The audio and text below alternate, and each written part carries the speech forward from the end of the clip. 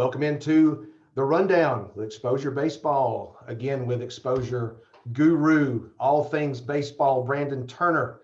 I'm Greg Payne, and we're going to do the first episode of the year. Brandon, college baseball is officially back. No more of the COVID stuff. I mean, we have that, but they're playing, right?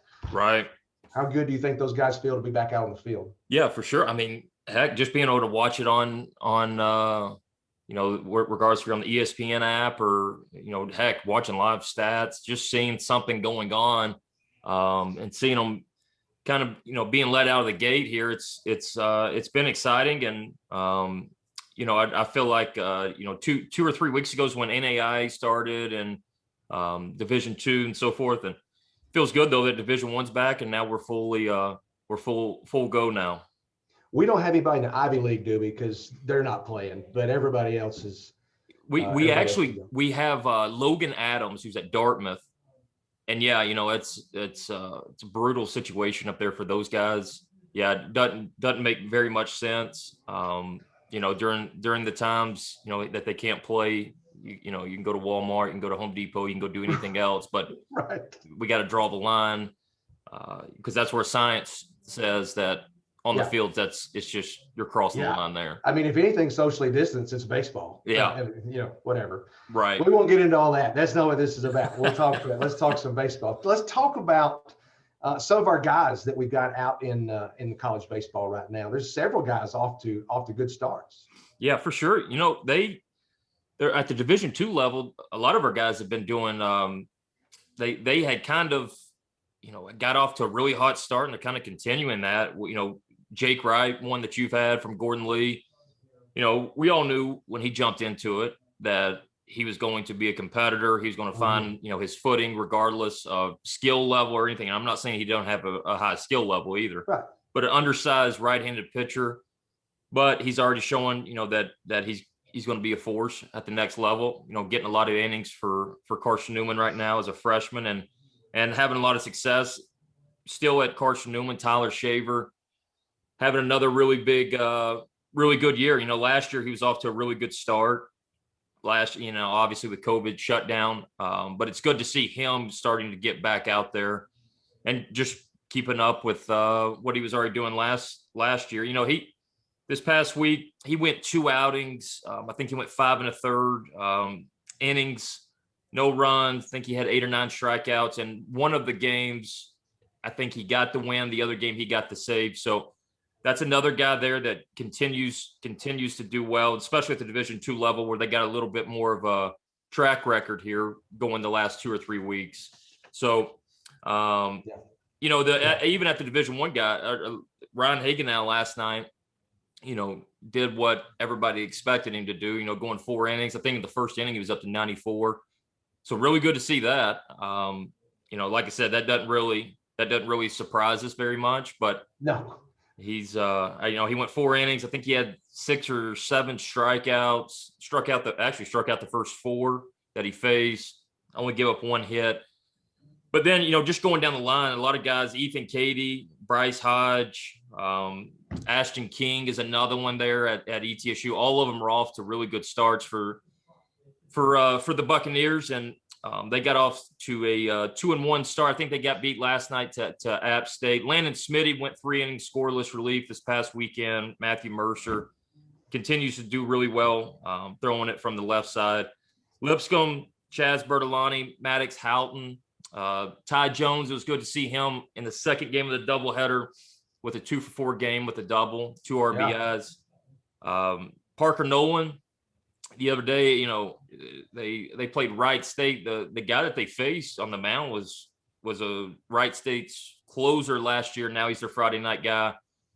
They, Parker kind of is the one that broke it all open. He ended up having, a 3-for-3 game, and they ended up sweeping him there in that doubleheader. Camden Sewell, another great outing, 3 innings, gave up 1 run, but overall he was really good. Kai Bush at St. Mary's, left-handed pitcher. He was at Central Arizona last year. Now he's at St. Mary's there in San Francisco area. He went 5 innings. He was up to 96 from the left side. And he's a big 6'6" kid. I think he's going to be a really high draft pick this year. So I was excited to be able to see him. He was a Washington State kid, transferred out, went to Central Arizona. Now he's at St. Mary's, and it's good to see him having a lot of success. Santi Montiel at South Al had a really good weekend. Actually, he went 2 for 6, had 6 walks, 2 hit by pitches. Wow. So yeah, that on base percentage was definitely looking really well. But if we go across the landscape, I think that's probably the most exciting thing is when you see a lot of guys that have played for you and you see them having success. I tell Dylan, I tell a lot of these guys, for me, it's like, you see your own son having success, and it's good to see, they're going on, they're doing good things. And so, when you watch the games, it's more of, you're kind of just sitting back, relaxing until they get up.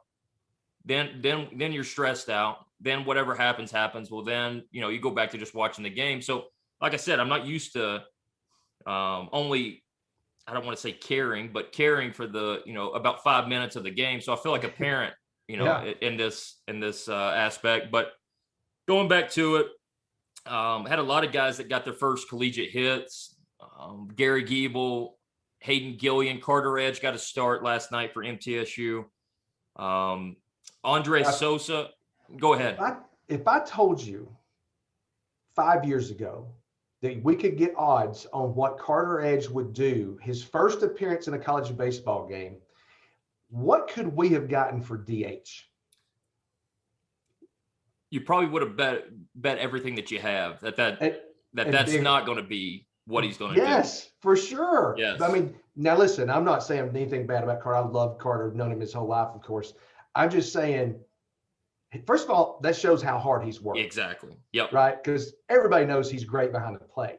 But I would have never thought that he would be a DH. Never. Congratulations to Carter and to the Edges for that. That's great for him. Yeah, the thing is he's a good example of when you work and you put the time into it, you can see a huge change. And I mean, it doesn't matter, if they were in COVID, quarantine or, any break. I mean, it was every single day. Finally, I just, Ed, here's the key. You can go whenever you want. So yeah, it was really good to see him being able to have, the opportunity to start and game the first weekend as a freshman. And I think, obviously he's just going to continue to get better and better. So really, really excited for him. Andre Sosa at Dallas Baptist, 4 for 8, home run, 5 RBIs.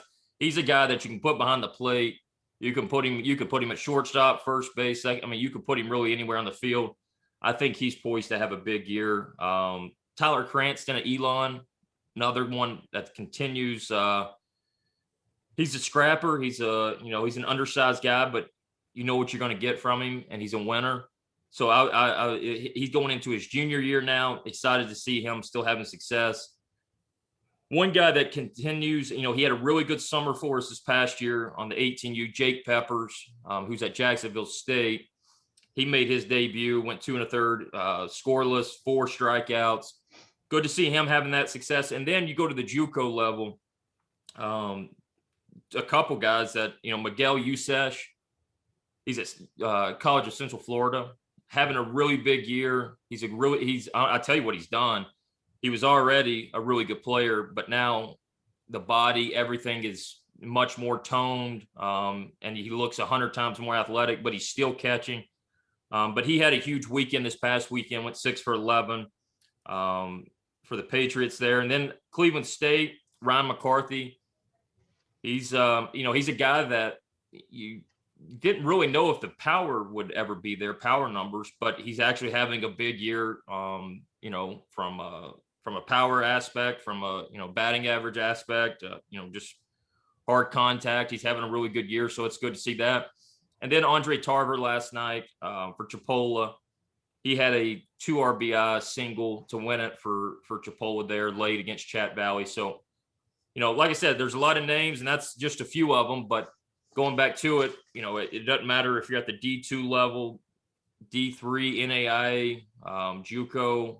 It's always good to see a lot of success. And then speaking on Division II, last thing I'll say is Riley Black, Dylan Standerford, and Justin Freeman tearing it up for Lee University there. So good to see those guys doing a lot as well. Yeah, those guys, that whole team, they're off to a great start. I don't think they've lost a conference game yet. Yeah. So, You know, I think they were, what are they, 9-1? They beat LMU yesterday. I don't know. I with Tyler not being there, like you're talking about with the parents, I don't keep up with it as much. I do keep up with our guys, but I couldn't tell you. I just happen to know. I think I heard somebody say this last weekend that Tyler told me that they haven't lost a conference game, and I mean that's hard to do 3 weekends in. Yep, absolutely. You know, I went and watched them. You know, they're really good on the mound. You know, they're deep on the mound. Yeah. They've got a lot of, you know, with the Workman kid and so forth. So good to see a local group, you know, having a lot of success right now. Yeah, for sure. I want to circle back to Hagenau for a minute because for him being able to see him have so much success, not just necessarily because he's a really good arm, but also because he's just a great kid, comes from a great family. He's a guy that, you know that here in 2 or 3 years, he's going to hear his name called really early in the draft. So like I said, you know, we're definitely excited for him. And I think that he is going, this is just the beginning, obviously, for him. Last night was great because he got his feet wet. And I think, you know, as he progresses, the more experience he gets, he's even going to be better.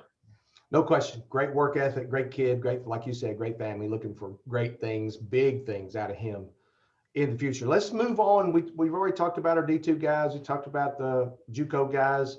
Let's go to high school and talk about that. Georgia High School has been playing for what, a week or 2 weeks now, maybe. Yep. And Tennessee just started practice.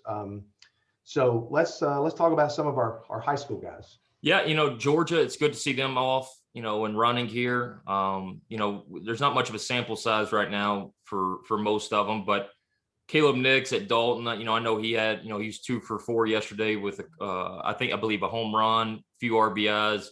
Good to see him getting off to a good start. I saw that Gordon Lee, they played LFO last week. They won, so it's good to see a lot of our Gordon Lee guys getting off to a hot start. You know, it's one of those things where regardless too, you know, if they're having that much success or not, it's good, like we've been talking about, that they're at least just playing again. Right. So, you know, it's good finally getting back out. You know, even today, Wednesday, it's a beautiful day outside, and I know there's a few games going on. So for those kids, you know, even being able to play and then now getting out there and it's not freezing cold and so forth, I think it's just an exciting time, and definitely looking forward to getting out there and watching more from the Georgia guys. But then, you know, like you said, here in, let's see, 2 weeks, you know, that's when the Tennessee teams kind of square off there. So really looking forward to getting out there and seeing a lot of our guys have success. Let's go ahead and start talking about it. The Baylor's first game, they play Gordon Lee. Yeah. So hats off to both coaches for scheduling that game. You know, that you need to play tough teams. You need to play tough teams to get yourself. If you're going to run deep, you've got to play tough teams. You can't play the cupcakes. And hats off to coaches there at Baylor and at Gordon Lee. Yep. For scheduling that. I'm looking forward to it. I'm sure Debo says he's going to be there for sure. Canceling all lessons that night, by the way.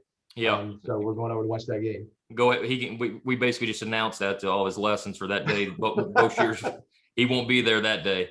But no, I look for, you know, obviously Baylor's loaded, you know, this year, you know, have a ton of talent. You know, we've got a lot of guys from there that play for us. You know, it doesn't matter if you're talking about, you know, Danny Corona is going to Wake Forest. Obviously Cooper Kenny going to South Carolina, Henry Godbout going to Virginia. You know, Carson Yates. I mean, the list goes on. Caleb Hampton going to South Carolina. You know, but as you talk about the guys that play for you, behind a lot of their names, you know, you hear where, you know, they're going to school and so forth. And then all of a sudden you think about, you know, this isn't a travel team. This is a high school team. Yeah. So it's unbelievably impressive, and definitely looking forward to get out there and watch them have another really good year. Absolutely. Well, it's good to get, we've got a little technical difficulties there, but we worked through it. That's the thing that baseball teaches us, right? Get through the adversity. So that's exactly right. A bit of technical adversity, but Debo will clean it up, I'm sure. So anyway, it's great to get to the rundown here, get started, get to talk to you again about our guys, and I look forward to a big spring and summer for eXposure guys and for eXposure organizations. So thanks for taking the time, Brandon. No problem. Thank you. And this weekend, we've got a lot of guys, college guys that we think moving forward here are gonna have really big weekends. And the last thing, we do players of the week each week. So I wanted to make sure that we put that out there. But like I said, we look forward to seeing a lot of our guys continue to have success. But I appreciate you. Absolutely.